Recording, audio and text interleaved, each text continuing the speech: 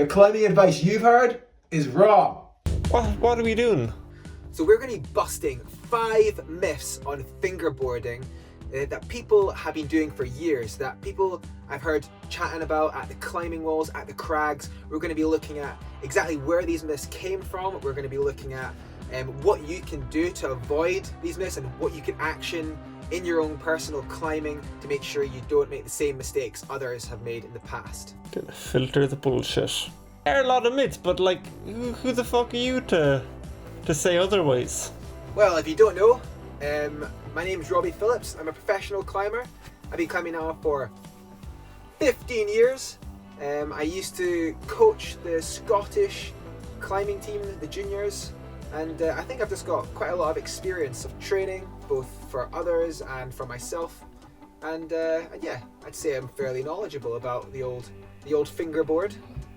I think that gives you the credentials. Yeah, you have the resume. You have the resume to back up your facts. I've also got a PhD in fingerboard mechanics.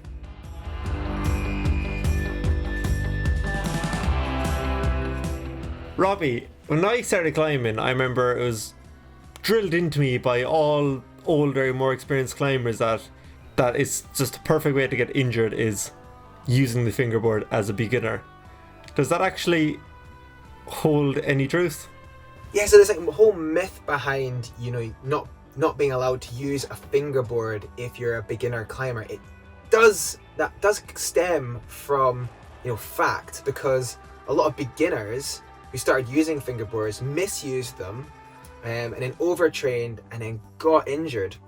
So it does stem from some fact. However, it is still a myth because it's not to say that beginner climbers can't use fingerboards. I think it goes like this. I think the first 2 to 3 years of any climber's life should be spent largely training strength on the wall by actually going climbing. But I think that so long as they're using the fingerboard in a supplementary fashion, that can still be allowed. If you look at most fingerboards, they have jugs and large edges, which are not unlike the sort of holds they would be grabbing on the wall anyway. There's a lot of people as well that say that beginner climbers haven't developed the strength in their tendons or in the supporting ligaments to support pulling on smaller crimps and pockets on fingerboards. That's definitely true. But who's to say that, you have to use a fingerboard by taking your feet off the ground? You can keep your feet on the ground and hang off the edges. You can use a chair as well to make it a little bit harder, but not as hard as if you were to take your feet completely off the ground.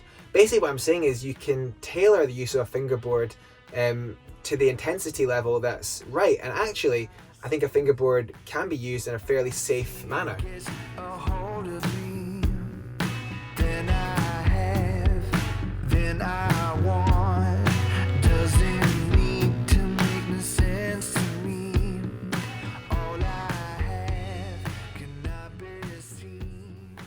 So fingerboarding, so it's safe to use as a beginner, but overall for any climber, I think there's always that thought still in the back of your head that like if you look at a hangboard, it's like that's a way to get injured. Are injuries common from fingerboards? So this myth that exists that fingerboarding always leads to injury, and once again, it does come from fact. Like in the early days when fingerboards were first invented, people were using them a lot and they were misusing them and they were getting injured. In particular in like the 70s, 80s, 90s. Even like federations, like climbing federations, like the British Mountaineering Council banned the use of fingerboards for children under the age of 18 because they were so scared that children were going to injure themselves and cause lasting damage.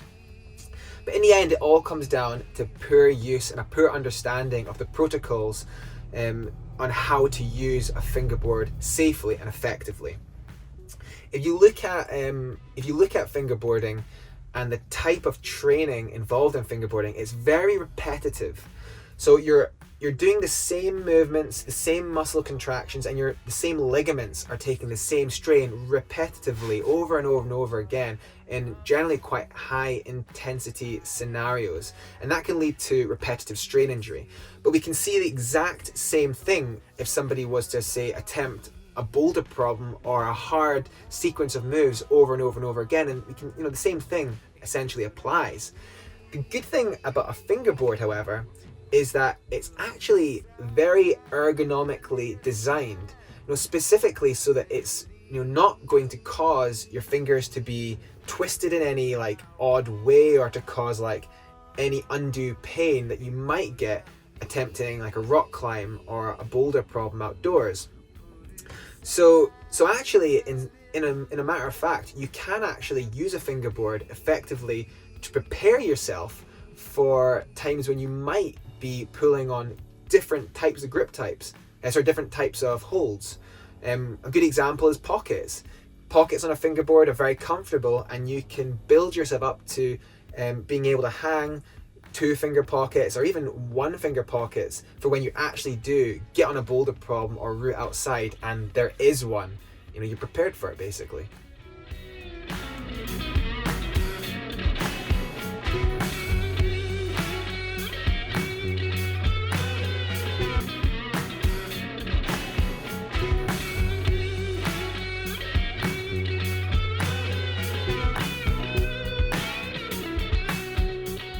Alright, so a common theme that I always see with training and like fingerboarding is like you'll be up in any gym around the fingerboard, there's always the poses being like, do 1 more, do your set and then do 3 more, like just go the extra mile. The more you put in, the more you get out. Is there any benefit to doing them extra few? Well, honestly, man, the whole thing about the more you put in, the more you get out, it's a conspiracy. It's a conspiracy by big companies who want you, the consumer, to spend more money on fingerboards. It's those bastards at Peacemaker. It's Dan Marion. He's out to get you. But seriously, this whole concept of the more training you do, the more you'll get out, it's like drilled into us through social media. We see athletes training all the time, and it's one part of the bigger picture. Training is one tiny bit, but including that is recovery time, diet, a training plan. It's only one little piece of the puzzle, so we need to be aware of that. When it comes to strength training, less is most certainly always more. But what do I mean by strength training? Well, on the fingerboard, for example, what I'm talking about is maximal hangs, weighted hangs or weighted pull-ups to max intensity, where you're basically failing, yeah? If you train high intensity and low volume, you'll see the gains. But if you do too much, you will overtrain and you won't see the gains that you want.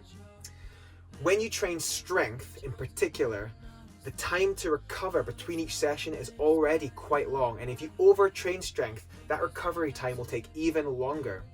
If you look at a super compensation graph, it will show you that the time taken after a strength training to recover is a minimum of 48 hours, but it's actually 48 to 72 hours, so a minimum of 2 days before your next strength training session is allowed.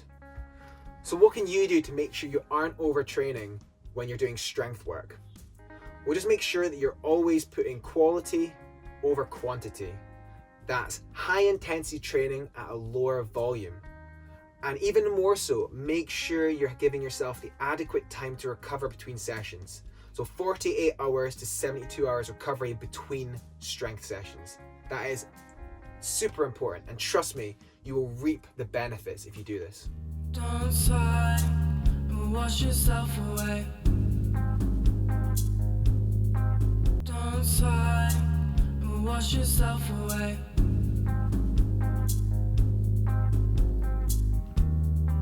Till you're a ruin with nothing to say. Another thing that I always see when it comes to training is the classic like train hard, push your limits, no pain, no gain. Always train at your limit. Is training at your limit all the time actually any what beneficial. Yeah, so that no pain, no gain idea is just total bullshit.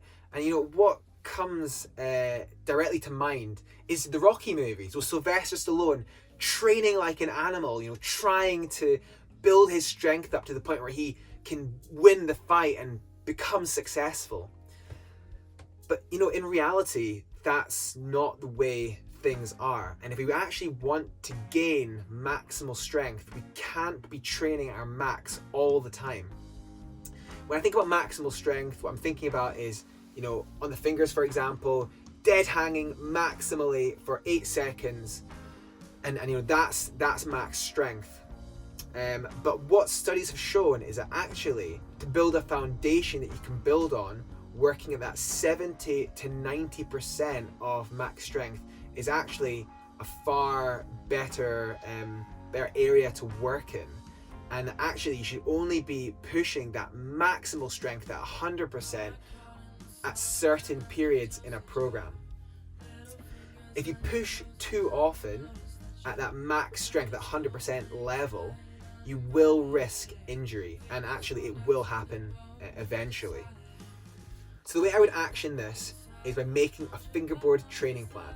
And you know what? It doesn't have to be complicated. Do it in 4-week periods, where the 4th week is your rest week, where you do absolutely no fingerboard training. And week 1 to 3, you're building that foundation.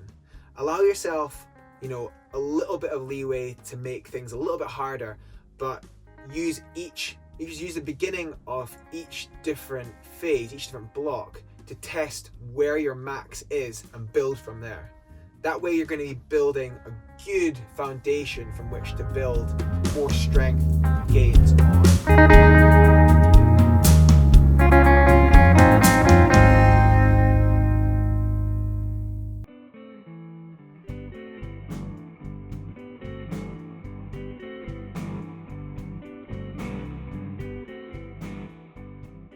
So the classic thing with the fingerboard is you talk to anybody who done a fingerboard session or two, and they're like, yeah, could feel it straight away. Done a session on the fingerboard, and now I'm climbing 3 grades harder. Like, what's happening there? Well, you know, everybody's been told down the wall or at the crag that the fingerboard is like the magic wand that just transforms your fingers into steely, you know, meat hooks overnight. You know, we've all been there as well. We've all seen the effects a fingerboard has, where, you know, you feel almost like every session you're getting stronger, and you're like, this tool, this is amazing. But that is a myth. The fingerboard isn't magical. And what's actually happening is your muscles and your forearms are getting better adapted to the exercises, because you know, fingerboarding is a really great way to stimulate the muscles in your forearms, and you know, your muscles do react very effectively to that type of training. However, you find after about 3 to 4 weeks, the progression usually plateaus, and at that point, people start trying to up the level even more, add more weight, train harder than ever to get the same gains, and that is when they potentially get injured. The truth is that because your body adapts so quickly to the finger strength training protocols, you reach that high level pretty rapidly. But in order to see real strength gains, you need to do it for a long period of time. The bottom line is, there is no magic wand to getting stronger fingers, just solid training over a long period of time.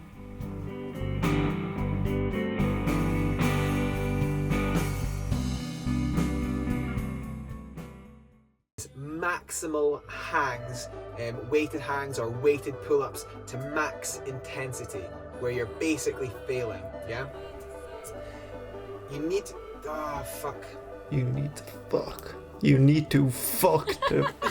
up your strength. Okay, less is more for strength. It takes longer to cover if you overtrain.